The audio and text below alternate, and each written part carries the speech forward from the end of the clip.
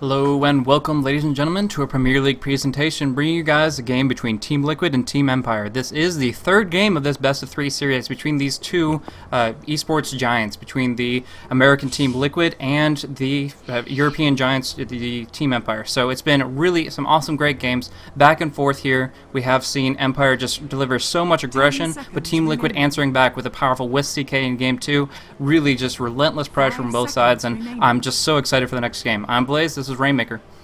Yeah, I'm really excited to cast this as well. I think both games we're just going to see the team who's most willing to be aggressive early, who's able to go and kind of capture that early game advantage, is able to ride it through for the rest of the game. And for that note, I'm wondering to see if we're going to see another silencer. In the first game, we saw a support silencer who was able to be tremendously impactful, going and playing a support role and shutting down the puck on the enemy side. But Team Empire ran as a carry in the second game, and it just wasn't that effective. Silencer doesn't have any super early game oriented spells like, a stun or something to set you up in tri lanes. And more than that, doesn't farm particularly quickly either, and just kind of became a dead pick. The ultimate was still fantastically useful, but it wasn't enough to really go and secure them a win in that late game. So I'm curious to see if they will go and try to pick up that hero again, because Silencer is clearly very, very powerful. And if they do so, what kind of role will they put Silencer in? It's a very good question. I mean, it's currently not being banned by Team Liquid. They feel that they dealt with it for an extensive period of time, and in this situation, they swap sides, so they are giving the Team Empire the first pick here. However, it is on USC's server, so they still have a bit of a home team advantage in that sense with ping issues. But either way, it seems like they dealt with the Silencer by having that high-pressure circumstances, and although the Wisp has been taken off the board as they don't want to see it in the hands of Empire, they are in a position to still keep themselves on the front end of things and take the aggression to their opposition. Yeah, I really, really love this Wisp ban coming from Team Liquid. They're just not willing to let Team Empire have that. I'm curious to see if we're going to see a Nyx ban as well, because those are kind of two heroes that if Team Empire gets, I feel they completely dominate the other side of the map. The problem is, if they do in fact ban out that Nyx, they're giving away a Bat Rider, and it's just there are no good options for Fluff right now. He is going to give away another tremendously powerful hero that Team Empire is great at running. What does he think will be the least of all evils in this situation? Exactly, that's the question here. There's just a lot of pain. They got the Keeper Light off the board, fortunately for them, because Team Empire didn't want to draft them up for themselves, and they're actually going to take off the Darkseer. In Game 1, that was a very difficult hero to deal with. They don't want it in Funnick's hand, but again, the early pick of Bat Rider comes out for Scandal. It worked out okay for them last time around. It just saw a few too many ganks that went the wrong way, but they are very confident how Scandal can perform on that mid lane there. Generally, especially going up against a Korok Puck, he is going to be favorable in the 1v1 until other heroes come out to play. So that's what they're kind of relying on, controlling and just dominating that mid lane, as Bat Rider is so great 1v1, and from there trying to get that early blank for some aggression. But it does give away the Nyx Assassin, which is such a powerful lane support, or an offlaner as Belba has played him from time to time. Either way, he's going to add in a lot of disable, actually combining together Impale plus the Carapace, since there is a lot of damage on the field that you can't really control, such as Firefly. That is of over 5 seconds of stun. It's amazing disable, and all they need is the damage to follow up, hence the Gyrocopter. So they have the call down, they have the flag cannon, tons of AoE damage potential, and I'm excited to see how this hero is going to be utilized. Yeah, I think it's great to pick up. Nyx Assassin also sets you up very well to go and just have a carry to farm, because once Nyx is off the map, the enemy team has to go and kind of play together and play very, very carefully, which just gives a lot of room for your hard carry to farm. Just going through jungle, going through lane, and Gyrocopter also synergizes very well with Nyx in that lane. Oh, another silencer. But Gyrocopter synergizes really well with the Nyx in the lane. The Nyx provides a ton of setup, and then when that homing rocket lands, that just goes and gives time for Gyrocopter to just deliver his payload, especially with Rocket Barrage, Nyx Impale, and Homing Missile. It's almost enough to solo any hero.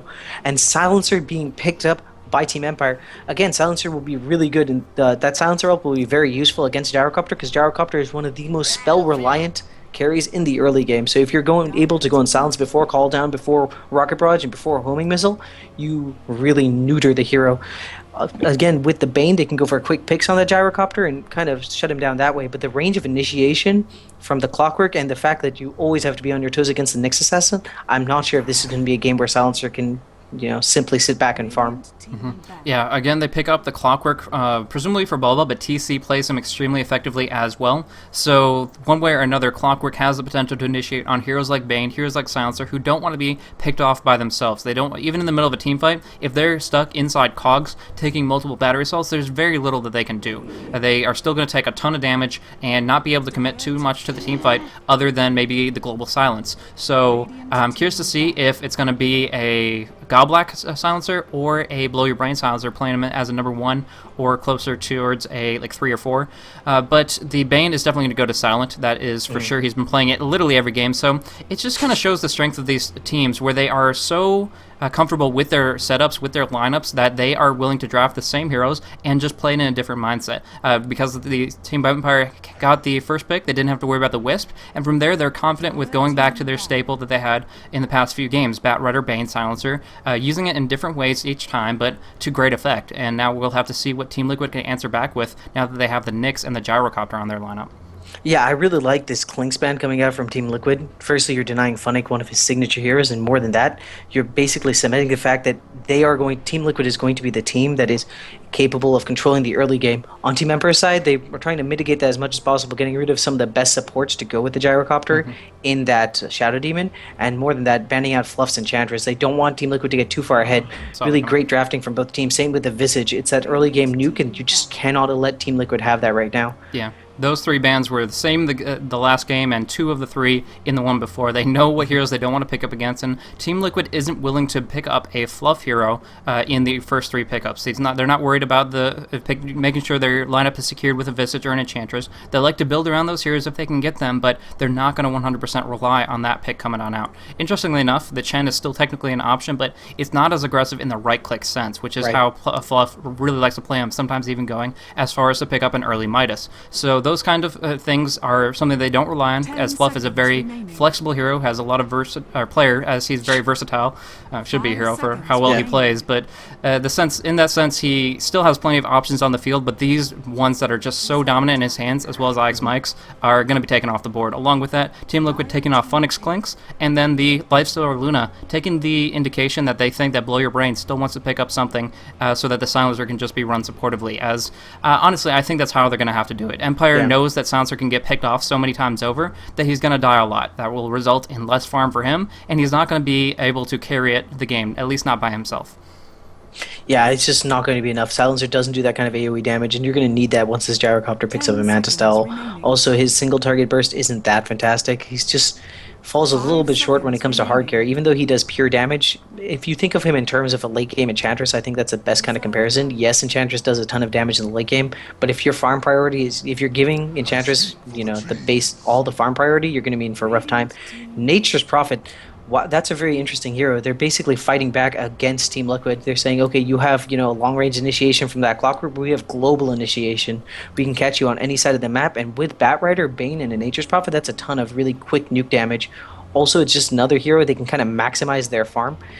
If they go for a safe lane with something, if they go for let's say 3-man for safe lane, and then to have Nature's Prophet and Woods only showing up to go and push out that bot lane, they dodge any big fights where that Gyrocopter and Nyx can go and burst you down immediately. So it's just providing them a little bit of farm. It's going to play out the same way. You can say a Darkseer starting Woods at level 1 and only push out the wave. Same thing with Nature's Prophet. You can do the exact same thing.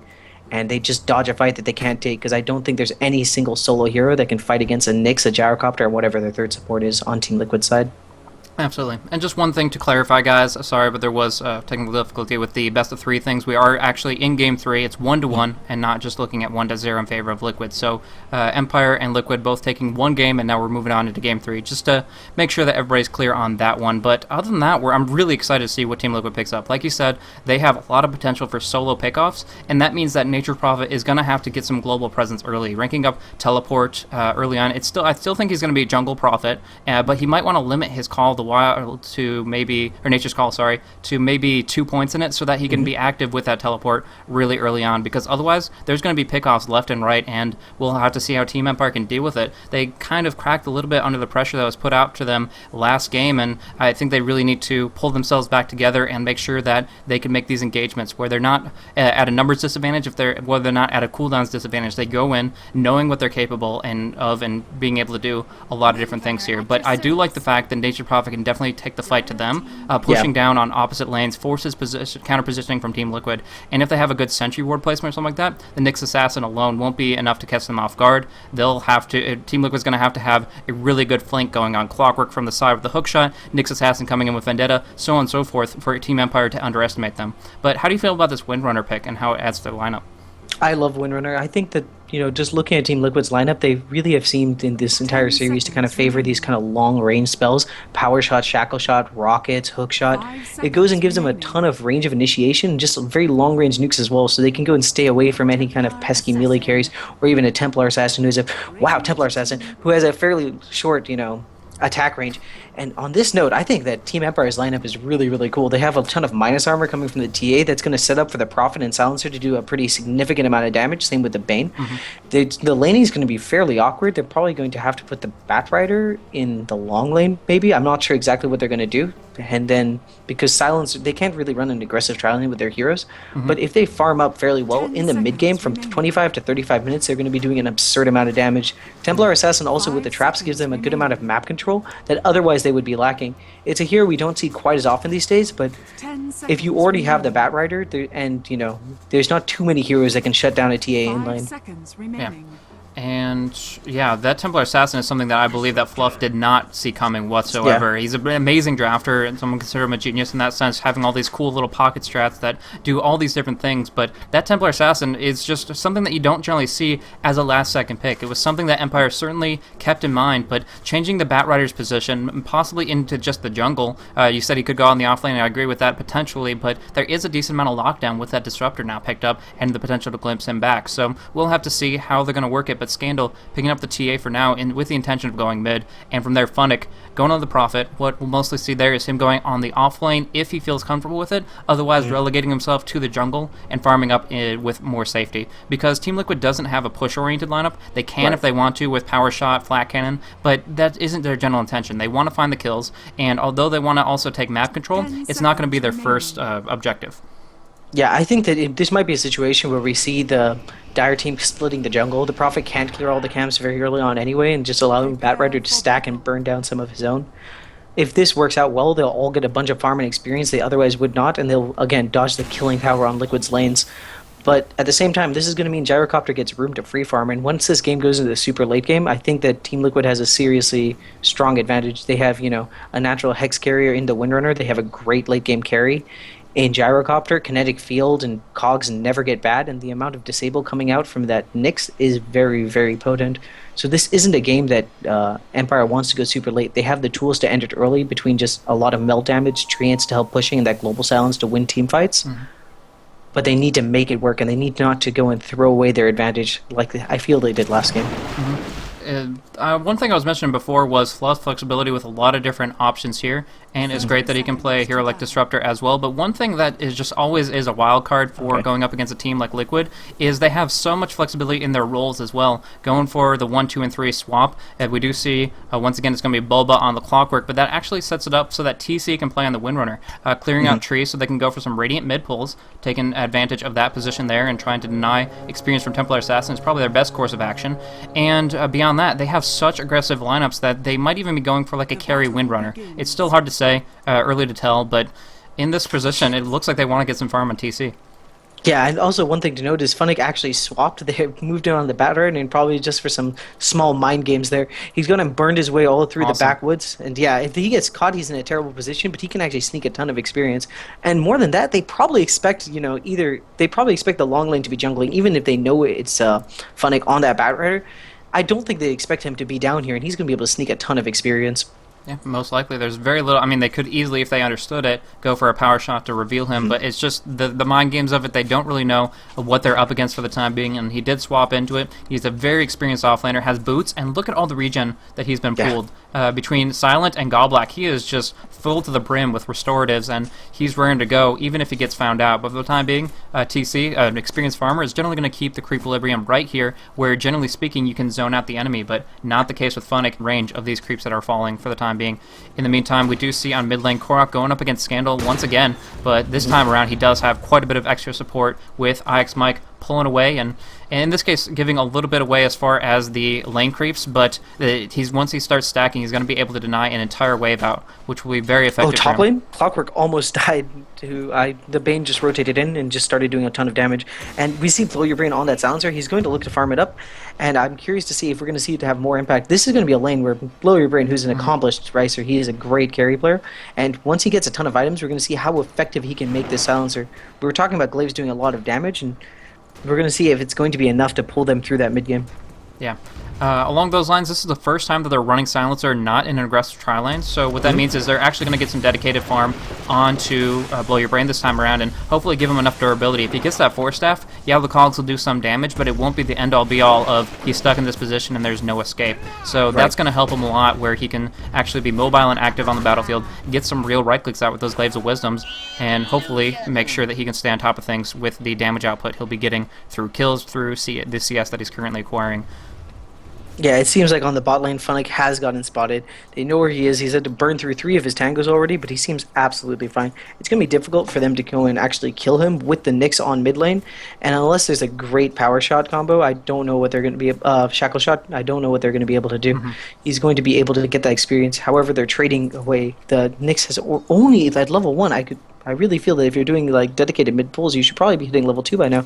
But I guess, just a little bit unlucky with the camps there. Yeah, unfortunately, it is more difficult with less trees being destroyed, especially there's like a vision thing where they can disengage accidentally. And so he's occasionally getting a range creep here and there, but he's not really farming much more than the occasional easy camp and actually just messing up that pull entirely. It's much more difficult since that leash change from a while back, and from there, it's just putting him in a position where he's not exactly able to get all the experience he wants. We do see Funnick getting caught out, doing some damage to Fluff and stuff with him Firefly.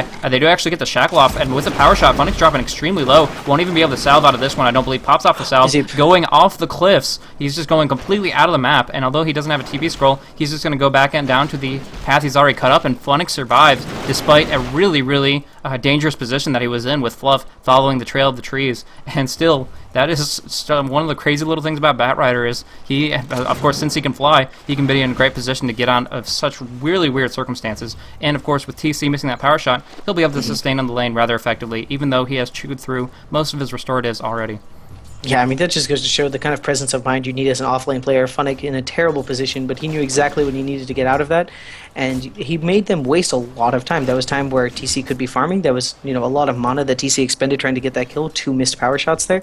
So he's basically forced, and now at this point the lane's in his favor. He's able to get some CS under the relative protection of his tower. So went going fairly well for him. He's actually farming, only 5 creeps, but his experience isn't bad at all. Yeah. In the meantime, Scandal not having the best of times CS-wise, but he is surviving for the time being. Like you said, Mike is only sitting on level 2, and he's not in a position where he can really put out that much aggression. They are Duke glimpse back. Oh, this might be the first blood right here. Funnick trying to go for the trees and the cliff again, but it won't be enough. First blood comes out for TC's power shot, and that is exactly how they want to start this off. Even though the Batrider has moved up to almost level 4, they have made him pay for it finally, in the sense that he has been leeching experience. However, he's doing a lot better experience per minute wise when you compare that to Clockwork, who's sitting only at 170. Bulba doing what he can, and the lane occasionally pushes in his favor, but actually on mid lane, Scandal taking so much damage, doesn't have any cooldowns to work with. One more right click. Korok actually messes it up just a little bit, but with only 375 range, I don't think he would have killed him either way. But happy that he was able to get the regeneration rune covered up by Fluff, and from there can just spam out spells and use his HP so that he can just go up back to full. Yeah, I mean, this is just kind of the great thing about having a defensive trial and having your supports be off the map. You're able to just control runes really well, and especially when you have a hero like Nyx Assassin, the enemies really can't contest that. IX Mike just now about to hit level 3 if he makes this pull, and I think it is in fact going to latch. It is in fact going to latch. Sweet.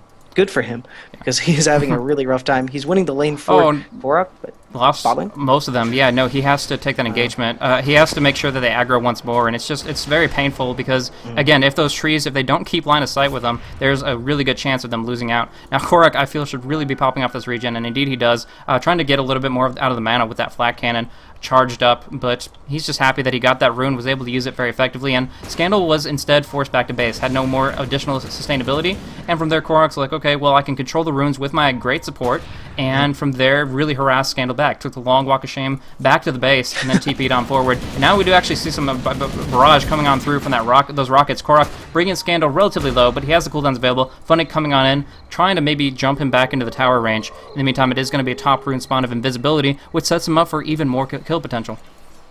Yep, and he's getting a little bit, lucky with those runes, but the Bane's not contesting it at all. One thing to note, this entire time, there's been a Nature's Prophet that's been doing nothing but farming, and I think that's basically what Empire is relying on. While they're not winning their lanes out right now, they're getting a good experience on all of their heroes, and in the mid-game, when that Nature's Prophet's going to be able to join up for fights, they should be able to do pretty well.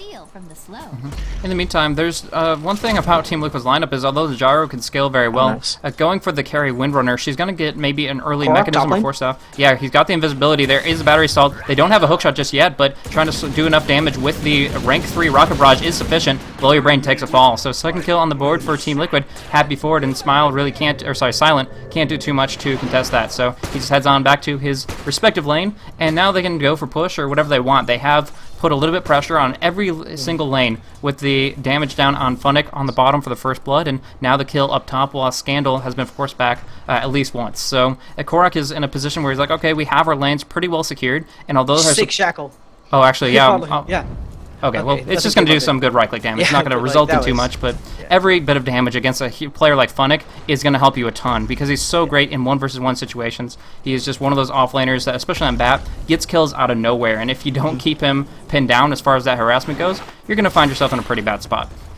Yeah, one thing I love from TC is he's actually going straight for that Orchid. And Sentry goes down. Scandal actually get pulled into the connect field with that. Yeah, that's going to be his death for sure. Too much damage coming out. Many instances of damage from the Rocket Barrage. Committing the Sentry, but getting the kill because of IX Mike setting up on top of that kinetic, and it was really, really smooth coordination from them. Yeah, also look at Bane. It seems like he's going... We've seen this build before where you're actually not leveling points in Nightmare and getting stats instead. I wonder if that's what he's going for. He just has an unspent skill point. But if he just wants to tank up, that's not necessarily the worst way to go about things. Curious to see if that's actually it. Which team was the one that did that, Blaze? Do you remember? I'm sorry. I'm not entirely sure between those two.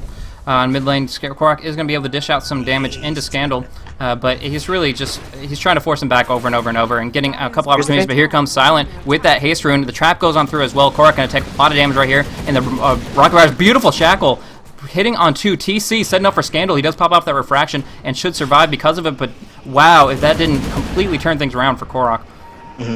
No, that was really, really good. Great rotation coming out from Team Liquid, and I think this is their strongest point as a team, is they're always going to be there. They're always going to force fights instead of... They're not going to allow you to get pickoffs. They're going to force you to fight for it, and in team fights, they're so well coordinated.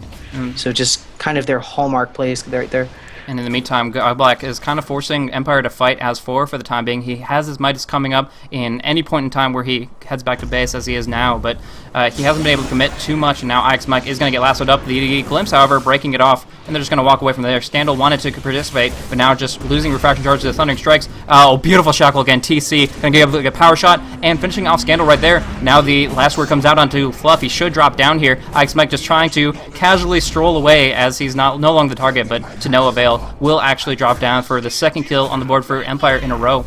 But from there, Liquid still has a great spree going with the 5 kills, and they just have to make sure that the supports are going to be able to get some levels in themselves too, because Nyx Assassin really wants to get those longer duration, higher damage stuns out of the Impale, as well as maybe get some more damage output from the Vendetta. Yeah, looking at Blow Your Brains build, I love the Silencer build. Picking up that early hand of Midas just to accelerate your farm, and more than that, accelerate your levels. You do want to max your glaives and last word, and even Curse of Silent in the late game is surprisingly useful. Also, if you get access into that level 2 global silence pretty early, 5 seconds is a long time for no one to be able to do anything on the enemy team. And I feel that, especially since he has no AoE clearing ability, the extra money you get from Midas is also completely necessary. So really good itemization there.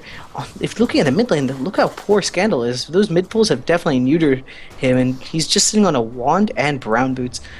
If he doesn't go and start picking up items or picking up kills fairly quickly, he's not going to be as effective as he really needs to be in the mid game. Yeah, this is not the Scandal we usually see, that's for sure. We are more familiar with the one that picks up, just treads Magic Wand early on Queen of Pain, contests every rune, and has full domination over the map. But right now, we actually see Bulba out of position, was looking for maybe a hook, but instead lassoed in to a terrible spot. Korok's ultimate comes on through. Scandal taking a lot of damage here, but pops off the second refraction. Good timing on it. Korok takes a few hits from the tower from the flame break, but I think he might be able to get on out. The second trap will not come for 3 more seconds. He's on really low life, but bottling up, and he will indeed survive. Now, turning it around, Nyx Assassin comes on in, pops off the Impale onto Blow Your Brain. Quick burst damage from Korok, but he doesn't want to go in too far. Flame break again, stunning out the bat. Nope, but not a big deal either way. They're both going to disengage from this position, and all in all, it's just mostly them just throwing insults at each other more so than injury, and Clockwork the only one to pay the price. Yeah, I mean, that was really unfortunate. It seems like there's a slight lack of communication on Empire right there. Blow Your Brain really going in. He really wants those kills, because one Silencer is able to keep picking up those, little bit of -2 int, -2 int, and just getting further and further ahead that way. He becomes an absolute nightmare in team fights. Also, Gyrocopter is a hero that desperately wants his mana. All of those spells go up there. One back in, they pop out the Dust, the Impale, the Kinetic, and Static, and there's no way Scandal's getting out of that one. Just too much damage coming on out, and he will easily take a fall. It's going to be Disruptor pick up that kill, and they can actually put tons of pressure on the mid lane now. I was talking about them not having too much push as a priority, but when you have 4 heroes committed to a sub half HP tower, they're going to try to put more pressure and end this game sooner rather than later, because they know now that they are up against 2 Midases, one on the Silencer and one on the Nature's Prophet. So that inevitably will give a ton of gold and experience advantage to Empire, and they got them fairly early as well. So cooldown after cooldown, the longer the game goes on, the worse off they're going to be to that extent, and that means they need to take towers and get a gold advantage through that method.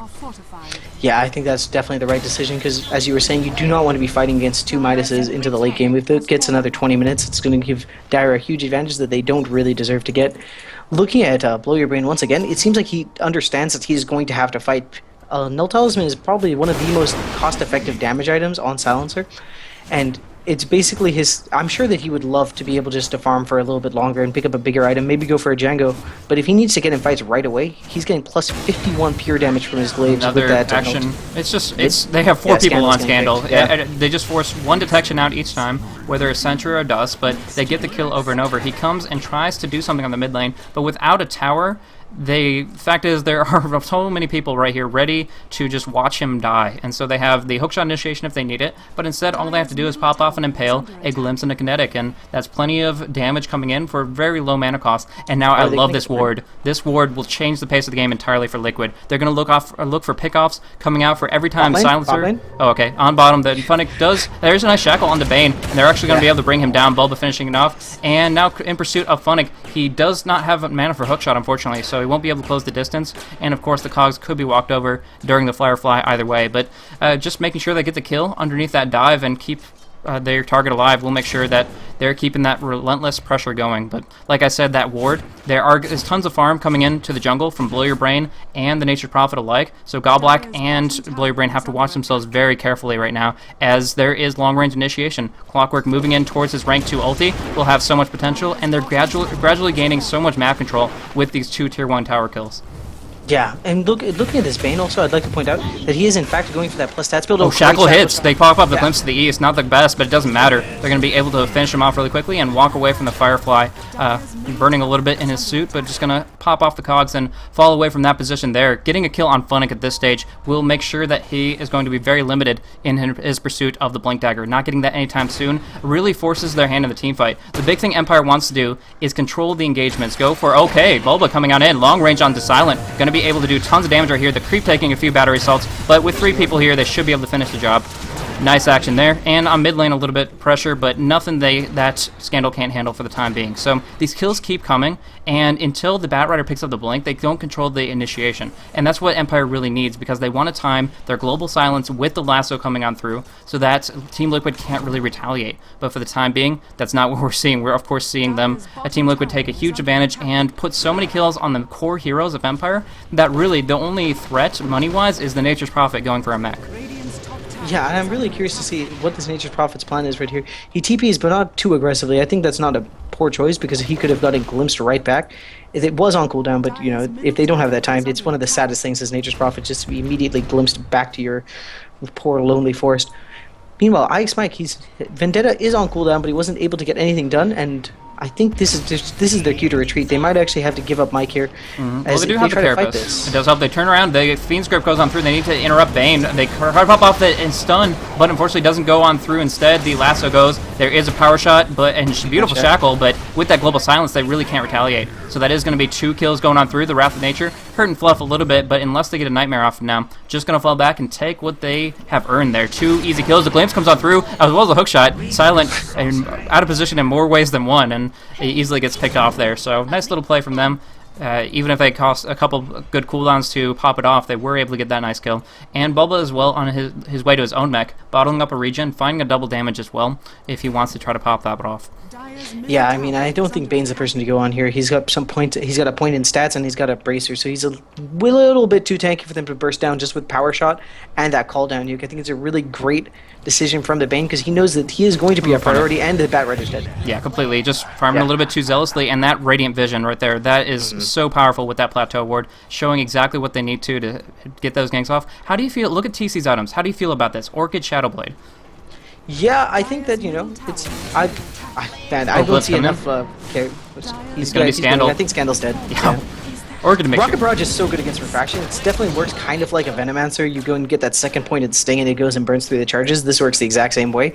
And I feel that, Gyrocopter just scales a little bit better of those levels and experience. So, an interesting counter pick, but it's kind of like... Empire picked into that, though, so I'm not sure what their plan was. But you were talking about the Shadow Blade and Orchid on TC. It's just a lot of damage if you want, and it's a ton of attack speed too. So, while it seems a little bit strange, it's a lot of survivability, it's a lot of damage, and it just sets you up really well. So, if you want to get those sick power shots, the sick shackle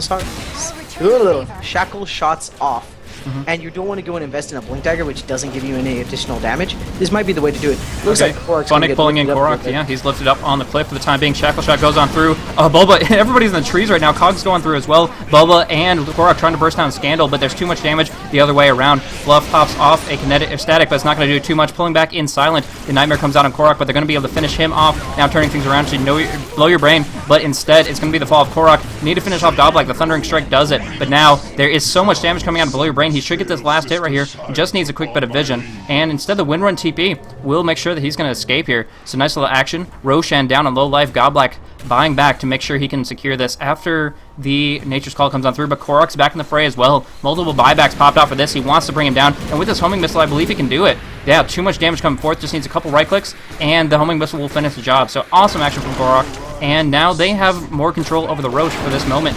And instead, Blow Your Brain trading heads. Bulba doing a lot of damage. Rank 4 battery assault, almost bringing him down, but the Cogs pulled him, pushing him away instead of pulling him in. Incoming, there is the Nyx Assassin, getting a long-range stun. I'm not sure if they have enough, though. Mana Burn bursting pretty hard. Funnick coming in. The lasso not going to be for a very long time, though. Funnick really wants to bring down Bulba right here. Is burning him down quite a bit. 2 Napalm stacks, instead pulling him through the Cogs, hurting him more than the other way around, but he drops down to the Firefly. Funnick shackled up. Big play by TC, but the Global Silence finally off cooldown. Pops off for the time being. Sentry Ward is down. TC has to Windrun out of here as fast as possible if he's going to survive. Dodging out the meld, but Blow Your Brain does pick up a kill himself. Korok in a terrible spot. Silent is going to drop down to right clicks and the call down, finishing off, glimpsing him back in. Scandal in a bad spot as well. There goes the dust. They're going to finish him off and now turn it around onto Blow Your Brain. Finally, the Windrunner, too low of life. Last right click, no, Windrun will keep her alive, and it's going to be Korok to retreat. Fluff may take a fall, but in all these exchanges, Liquid is coming out to 22 and 11. Oh my gosh, that exchange. It was ridiculous, and now I think Roche will fall to Empire, but holy crap if they didn't fight for it. Yeah, I mean, there were just a ton of buybacks from each team, and they really, really wanted it. And I think this is something they need, because right now, if we're going to see how much damage Blow Your Brain's able to do in these team fights, that pure damage is actually really strong. But they're giving it to Scandal. I'm not sure if that's the correct decision. Like, normally I would say Scandal's the hero to go to, because he, TA does a ton of damage in normal games, but he's so far behind right now that it just might be better to give it to this poor Silence. Initiation. There is the gone Bulba onto Silent. No Fiend's Grip going to come out of this one here. In the meantime, Ike's Meg using the Carapace, trying to stun out lots of people. Bane is going to take a fall right here. Now Scandal taking a lot of damage. Pops off that all his abilities right here, but Korok doing too much. Beautiful shackle inside the call down. Rocket Barrage going through. Korok finishing that off. Glimpsing back Scandal. They might kill him twice here. I don't know if they have a Sentry Ward, but they certainly have the Dust here. Kinetic Field. The Orchid should finish the job. Popping off the Aegis. Are they going to be able to commit to the second kill with the Cogs? They're going to pull him back on into it, and they pop off as many cooldowns as possible. The shackle goes on through. No meld just yet. Too much damage going forth. Scandal going to fall. Blow Your Brain is going to be picked off as well. Too much damage. It's a full team wipe, and they can't buy back from this one. They've copped out so many already. So although they did take the Roche, Liquid cleaning up the final engagement. Yeah, I mean, that was great. And you know what? There used to be YYF shackles, right? And then there were Chuan shackles. And after that, we had Light of Heaven shackles. But I think, you know, TC's making a great case here that perhaps they should just be called TC shackles, because every single team fight, it's a two-man shackle shot. You can't afford to have two of your heroes disabled for 3.75 seconds. Yeah. How is that supposed to be balanced? Oh my god, he's completely dominating. And now with that Shadow Blade, he can set it up even better. The shackle shots will only get better from now. And, you know, if he decides to go from a Hex from here, he is a one-man, you know, disabling army. There's nothing that Empire can do, and I think he's doing a fantastic job controlling the pace of the game. I can not agree with you more. That is just absolutely true, and it just kind of shows that no matter what you ban against Liquid, they'll always have something up their sleeve. They have such versatile players that TC, their carry player, picking up a Windrunner, can do plays like that and set up such a baller, amazing disables in the middle of their team fight. It means like you can't draft against that successfully, and just that you can ban out what you're most afraid of, but they're always going to have something. They're not going to be neutered in any way. They're going to be able to have that damage output and that potential to win these kinds of engages and play to their style, guaranteed. So it's been working out for them immensely, and now IX Mike doing a lot of damage to Bane. Doesn't have the mana burn mana, but it should be enough just from Fluff to finish off Silent and pulling him back on into the Static Storm. Yeah, he's going to fall, but the supports may be forfeit. They pop off the Global Silence for the time being. Scandal bringing down Fluff really, really quickly. Blow Your Brain, though. Low life. Bulba wants to finish it off. Instead, there comes the call down on top of everybody. Scandal shackled up to Funnick once more. TC with those shackles, and now they're going to finish off the Prophet. Another full team wipe, and that is immense for Team Liquid. Look at the goal graph and the experience as it shoots up after all these kills. How do you come back from this? I don't know, but if there's a team that can do it, it's definitely Empire. Like, going into this game, I definitely thought this would be a hard-fought match, but Liquid's making it look like a clinic. I really, really hope that Empire has something planned, because right now they are not looking like the Empire that I fell in love with this past season. Dire's top tower. Yeah, that is just so... I mean, that TC Shackle, long range, perfect angle. How is this happening? Not even a Force Staff, but a Shadow Blade to set it up. And going for a BKB to carry it up as well. Just so much potential. Everybody has Shadow Blade, Korok as well. And just the quick burst of damage will allow them to push up as much as they want to. Double damage. I mean, it's just... They have full map control. They haven't lost a single tower, and I really feel they're well on this way to take this game with the way they've been playing. Team Liquid in their prime right here, and I'm just happy to be able to see it firsthand. Yeah, I know. This is fantastic. Also, to note about Shadow Blade, this item's had a huge resurgence recently, and I think the fact is, teams have realized that it's worth getting almost just for that attack speed and damage. It's a huge amount, and while it's not going to go and get you out of tight situations, because in professional games, all your enemies will have those dusts and sentries that are needed, but you force them to buy those dusts and sentries, and with that, you know, plus damage, it's a pretty cost-effective item. On the other hand, you know, look at poor Bulba. He's actually finished a mech. Okay, I take that back. I thought Bulba was getting, you know, no, he's all right. kind of... Yeah, no, he's doing fine. Yeah, it seems like 20 assists, man. 20 assists I know, that's what I was saying, in 23 minutes. I just realized the kill count of this game. I've been so focused on the individual engages. Funnick gets Orchided up. No shackle to land this time around, but a nice stun coming out of IX Mike, setting up for the kinetic static. They get pulled in. Globlack, the only one to escape, and the Orchid finishes the job as well as some flat cannon. Now Scandal comes in and gets a big burst of damage on Korok, but taking too much. Funnick, one more right click, 30 HP. Power shot not going to clip him. Scandal trying to run, bottling through the urn, and will survive. So there are 2 buybacks and 2 survivals, but actually just 1 buyback. 1 for Gyrocopter, 1 for the Silencer. They come back on into it, making it very difficult to force this high ground, but with the Orchid on top of the Shackle, coming in Bulba with that hook shot, too much damage and Blow Your Brain. It's so unfortunate for him, because it's not a hero like a Lifestealer. You get picked off and you pay the price. His Force Staff isn't up yet. I don't think he's even building it, trying to go for that Atos, and for that reason, he's just been taking too much and cannot output that damage. He's a one-trick pony with his ulti, and although he got tons of great farm up top, 77 CS is not going to cut it here. Yeah, I mean, it's not really his fault. You know, Team Liquid's been playing super aggressively, not letting him just farm the lane. Glimpse And back it looks in. like with this glimpse, Yeah. this is another Easy dead funny Valorant. kill. And now going on through, there is the mech popped off, keeping them alive for the time being. Fluff trapped in by his buddy's cogs. Oh, very, very painful. Is that his first death? Like, he's been in so much, but he's died multiple times over. Too many fights to keep track of here, but now coming through, that is the call down. Big damage onto Silent, finishing him off. Looking at Galblack, he's going to get dropped down as well. Beautiful cogs onto Scandal. The Meld Strike has already been expended, and he's going to take a fall. Triple kill for Korok, and they call good game. That is it. That was a fantastic game from Team Liquid. They really showed that, you know, they are such a competent team fight oriented team. They're so good in team fights. They, you know, there's never a stun that's stacked. There's never, you know, ability that's misused, and they're willing to go and like TP to defend their allies from very early in the game.